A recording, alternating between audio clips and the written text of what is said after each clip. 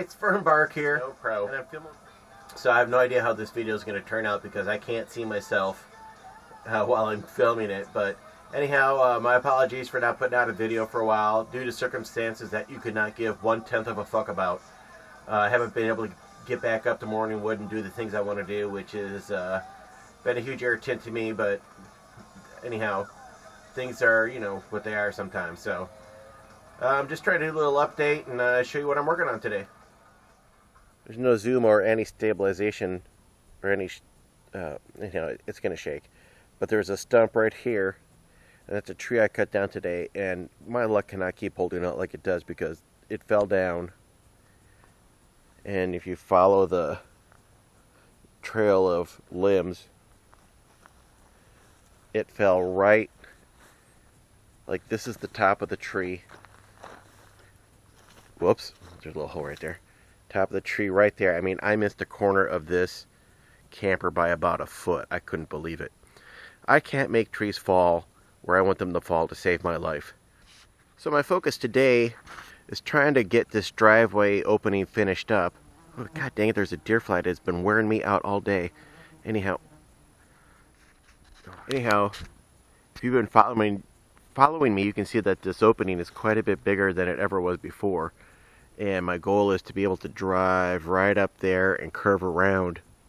And I'll eventually be moving that truck camper out, and then I'm hoping to put my 26-foot trailer in there. And I think I got enough space where I can leave this Madrona. So I'm hoping I can save this Madrona and this Madrona, which needs help staying upright because I whacked it with a couple trees and it took a beating at my hands. And then there's another Madrona right here, and if they grow tall and block my view, I'm just going to deal with it because they are so cool when they get huge. It would be worth it. And I think the rest of these pines are coming down when I get a chance, just because they're blocking my sun to my solar panels. And it turns out I really thought I was going to want those there to give me some privacy, but as I'm taking things down, I can't see my neighbors, but it actually feels a lot better to be able to, it's a little more spacious, and I get a better breeze, and I get more solar power. There's no downside to taking these down other than the physical labor of processing a tree. So I got to take that as close to the ground as I can, and this as close to the ground as I can, and then I'm going to rent an excavator, and there's a big pile of dirt right here, which I'm going to slim down and fill in this space right here, and that's going to be my driveway up. And then another thing I want to do is, once I clear the rest of this brush out right here, you can see I'll be able to come in and come up, and that big dirt pile down there will fill in down there. And then what I'll do is use this hump of dirt right here to fill in right there and complete the circuit. And I don't really think it's going to take that long to get that done. And then I'll probably smooth out while I have the machine back there a little bit and level that out. If I want to put a building back there in the future, I can. But that, of course, means taking all these trees down. So it's just a huge... Everything requires something else to be done, or some things else to be done. It's a lot of trees. But anyhow, I got more open space now, so I'm starting to actually see the vision of where it's going to go. So I'm pretty excited about that. I got vacation at the end of September, and I really want to get this driveway done. I got to sell my Jeep so I can afford to buy the gravel to make the driveway and rent the excavator to level the dirt out. So, you know, first things first. I'm suddenly running into more things to do with money than actual money to do them with, which is a huge bummer. But yeah, can't take down more trees.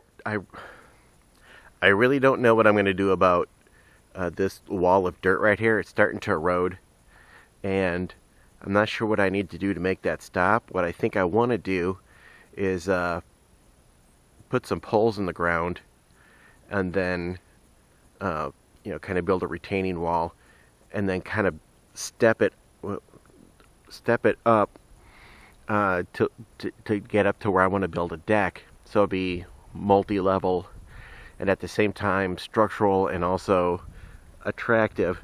So we'll see how that works. But I got to take trees down all the way along here, because if I can get up there a few feet, the view is spectacular. I've been up there climbing around and I can see gaps in there. And once I get up there and get those trees down, I could put about a 50-foot deck across there, and it's going to be amazing. These still all have to come down right here, and none of these are like very big trees. I don't think it's going to be a big deal, and I think I'm just going to drop them and leave them, and then next year I'll process them when I have time, probably in the spring when it's not quite so hot. And then the only thing I'm really worried about is this guy right here. That is a big tree, and I may find someone to help me take that thing down. It is, well, it's a lot of tree. My luck with bringing these down is so bad right now. I'm really nervous about dropping that thing. But other than that, the rest of that tree, and then the couple like right to the left of it. So if I find someone, maybe someone's good at this stuff, and then I'll just give them the wood and they can make it go away for me. But that's really a huge view blocker right there. I started making some steps to help me climb up here so I could get up here to where my view is. But it's I'm gonna have to put some supports in the ground because those cement blocks want to just roll if you step on them. So I was hoping like maybe I could repurpose some of this wood that's right there and drive them in the ground as poles, but they're not treated or nothing, so I don't think that they would last. But I don't know. Really, I don't know what to do with all that wood. It's too small to burn, and it's just there. So I don't know. Really don't know what to do with all that crap. It's in the way, I know that. Do not ever buy amorphous panels.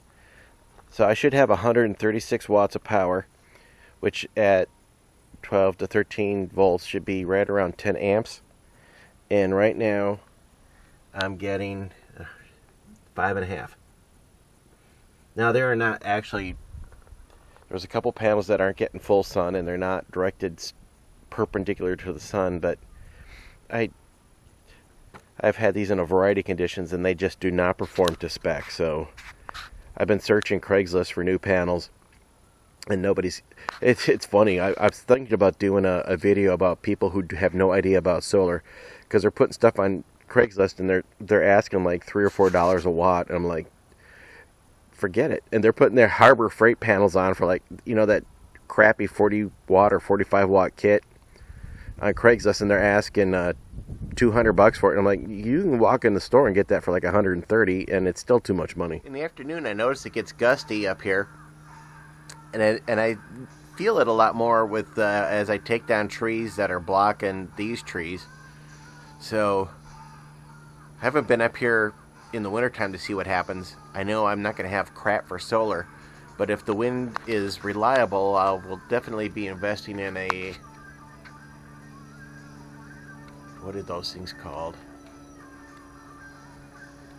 Wind turbine. Jeez.